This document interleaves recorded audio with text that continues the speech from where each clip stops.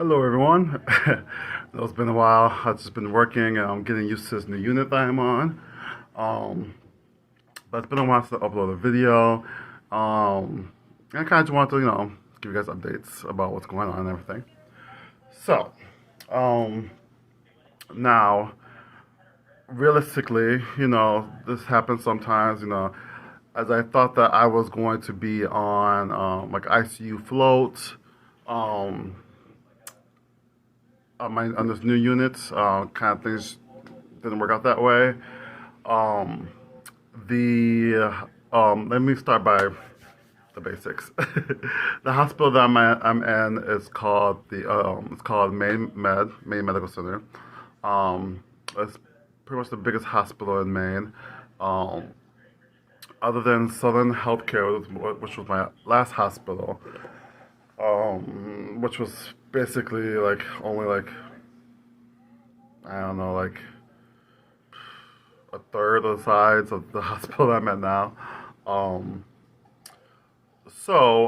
that being said, I thought going in I was going to be, ICU float. That's why, most of my specialty is in is ICU.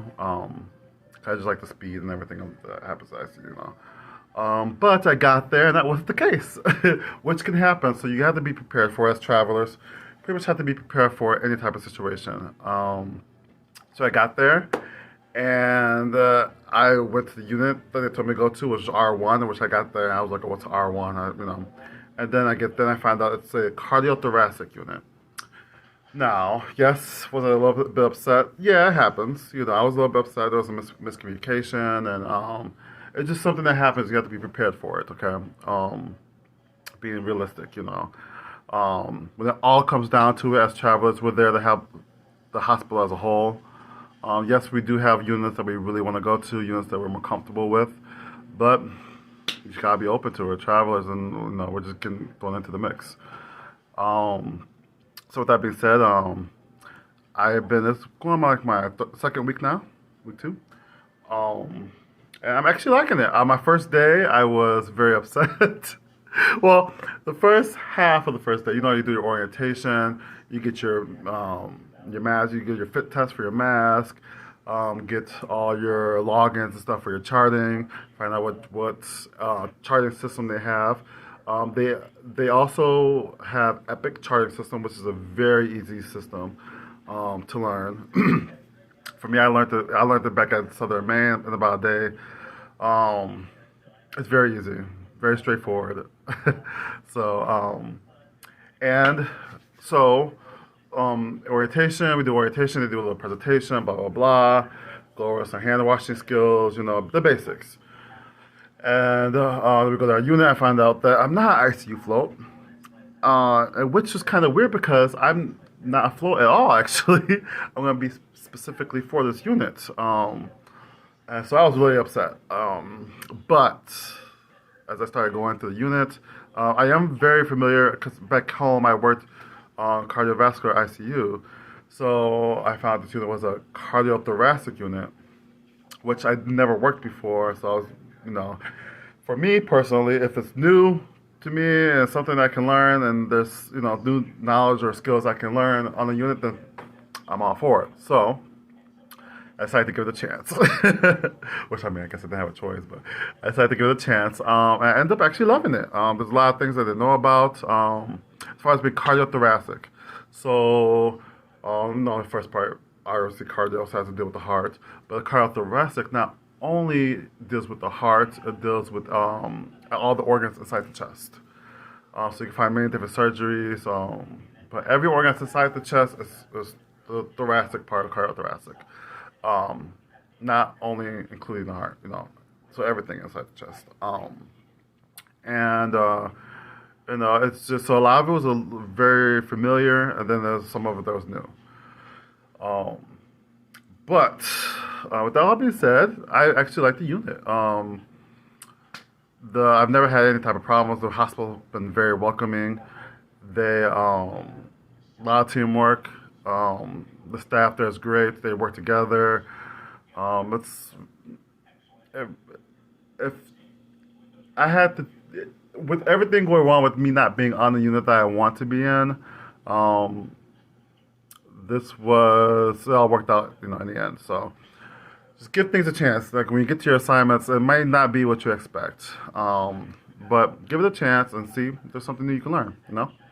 Also, with that being said, so I know in the beginning when I first got here for my first assignment, I talked about. I know it's kind of random in this. I'm not really going in a specific order. I kind of just talk, so I don't even have things written down. I just kind of just straightforward with you guys. But one thing I wanted to talk about too is for all the new people, as far as you go on your assignments, this may be your first assignment, maybe your third, fourth, but if it is your first assignment, you just kind of you may be missing home, getting homesick and stuff. One of the things I do is my partner, he'll send me like a care package.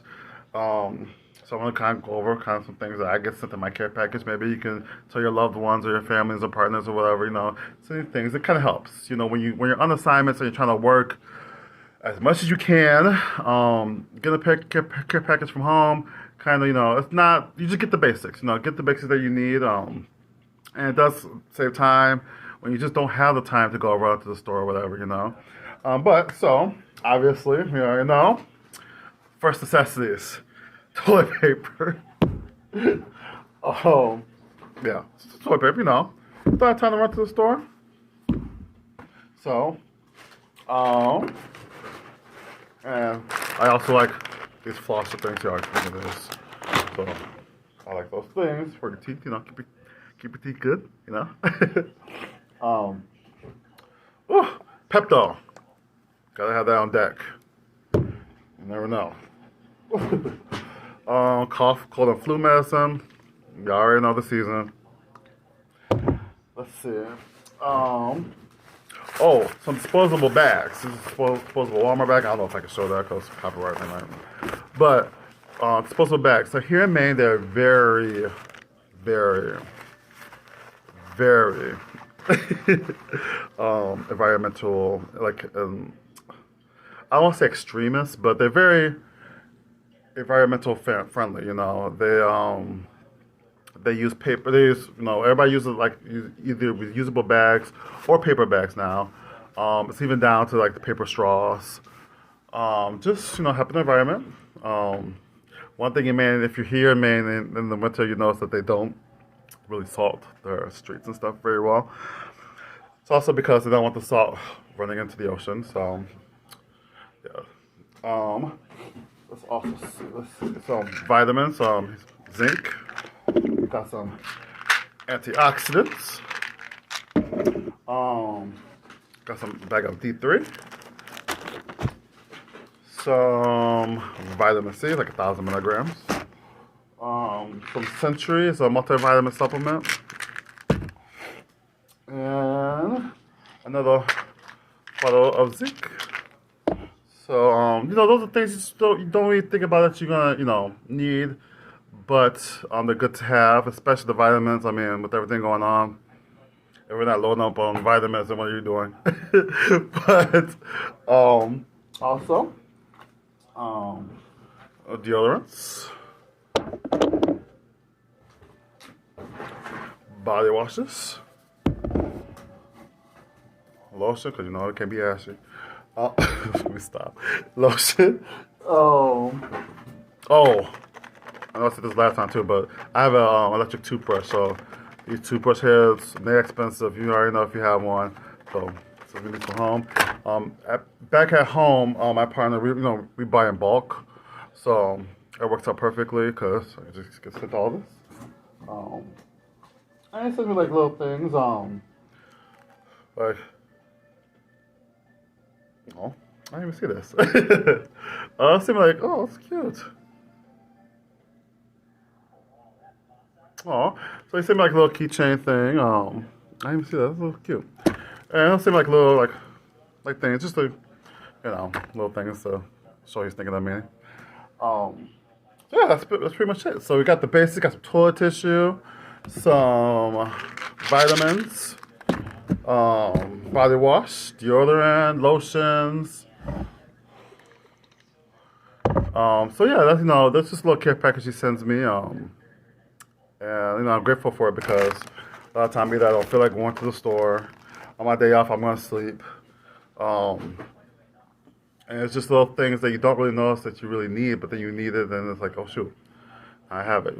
So, and of course, you're gonna go to grocery shopping and all that stuff. But it's just it helps. It does. It really does help. So if you have loved ones, tell them, send you a care package. It doesn't have to be anything extravagant. Just get the basics. It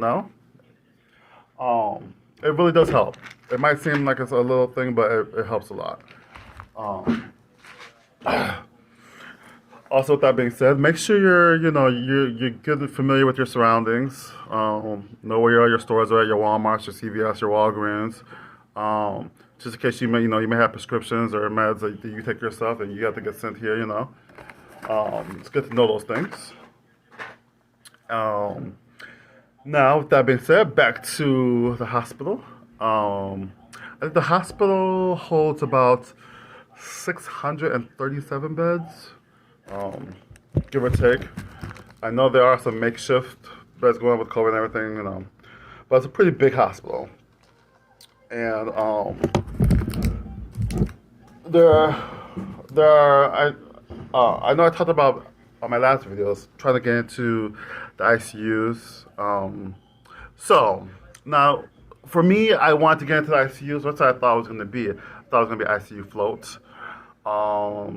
It did, like I said, it didn't really end up happening that way. But don't forget about the power you have as a traveler. Also, it's a very kind of unique situation. So, with me, um, even at my last contract, I was supposed to be just a med surg float, but then I started showing interest in working the ICU, and I got to work the ICU one day, and then boom, I was in the ICU.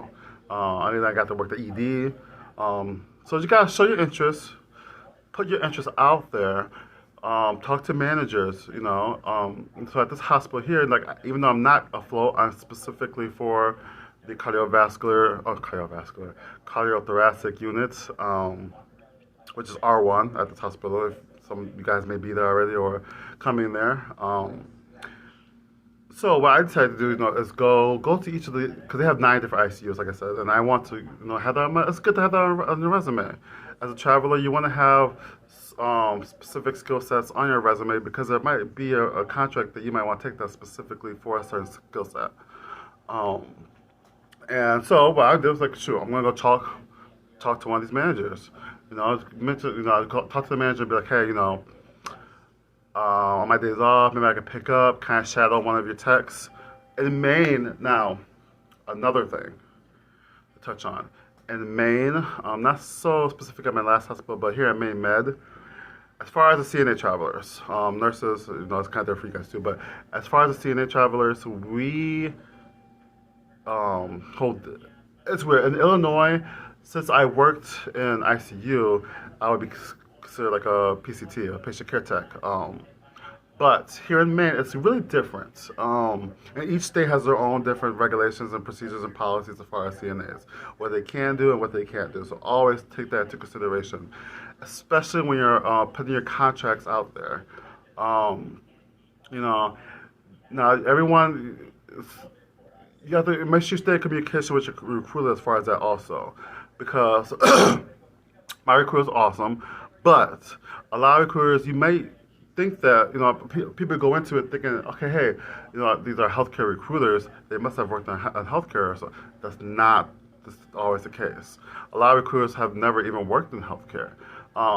If you're fortunate enough to have a recruiter that has worked in healthcare, that's fantastic. Then they kind of know, the ins and outs. But some of us have recruiters that have not worked in healthcare. So, it's good to stay in communication with them and, educate each other on it. Because especially when you're putting out your contracts to different hospitals and whatnot. I know I speak a lot about specifically for hospitals. That's just because I am done with long-term care. Me specifically, I will never do long-term care. It's just not my thing. It's not my thing. Now each state is different. What CNA can do and what they can do, and sometimes CNAs and patient care techs are separate entities, especially for Maine Med.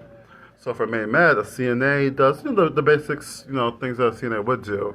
I'm not gonna go through all that, but a PCT. Now here, a PCT has the skills of the CNA, but also can do catheters, take out IVs, EKGs. Usually, back in Illinois, you have to have certain certifications to do that. We trained in it and whatnot. So their CNAs and PCTs are two different entities. That kind of work together with each other. But with the COVID and everything, most of the time it's all interchangeable right now. To be honest. So with that being said, just remember that when you're putting your contracts out there to different hospitals, because you might be a PCT and put your contract in as a CNA, or be a CNA and put your contract in as submit your contract as a PCT, which you want to find out the rules and regulations of the state, because there could be two different things, and some things you might be overqualified for, and some things you might be underqualified for, and not have the training for. And you don't want to get into a situation where you're not qualified for, and trying to do something that you just really don't understand or know how to do. Don't get yourself in that situation. And don't get me wrong. Now, if you're comfortable with it, work it. There are some people who are fast learners. Being real, like if you're comfortable with it and it's gonna give you that extra moolah, work it, but don't get yourself into trouble. Okay? So here's that case. The CNAs and PCTs are different, but they're kind of really interchangeable right now with COVID going on. But yeah, so I want to get to those different ICUs that they have here at this hospital at Maine Med. And what I'm going to do is just go and talk to the managers. Hey, can I pick up a shift and shadow one of your PCTs, Get familiar with the different skill sets for each different unit. And shoot, if you feel comfortable enough, put that on your resume. It's going to look good. And like I said, the more times you work that unit, talk to your recruiters to see if it's possible for them or for your agency to get you certified or get training in a certain specific skill set. But shoot, if you can work it, work it. And with that being said, yeah. So I'm gonna go. You gotta make your way. If there's not a way, make a way. And with everything going on right now, no one's gonna really say no. You just gotta be confident in your skills and know what you can do and what you're not capable of doing. Okay. But yeah, things are going great right now. Like I said, I love this unit. I'm learning a lot of new things. And I'm gonna try to get into those ICUs. I'm gonna work my magic, which I usually do. It usually works out for me. So the managers love me. I'm a really fast learner. Usually it takes about half a shift. If not, patient care is always patient care. Yes, there are specialties, but as long as you're confident in yourself and have the confidence that matches your skill set, you should be okay. If you're in a situation where you do not feel comfortable, make sure you say something. Talk to the manager, talk to your recruiter. Say, hey, there's a mix-up. I'm not supposed to be on this unit. Yeah, I can work this unit, but I don't feel comfortable with a lot of things. I don't know what wires I can touch, what wires I can't touch. If that's your situation, tell someone, because you don't want to get into a situation whereas it becomes a danger to the patient. Patients are always first. So make sure you vocalize your concerns about that. Okay. And yeah, but everything's going good. It's going fast. It's my second week, going on my third. Going good. All right, guys. Thank you. I'm gonna try to update you guys more often. It's just been really rocky. I'm trying to get my bearings of this one, but thank you. Alrighty, have a good one. Bye.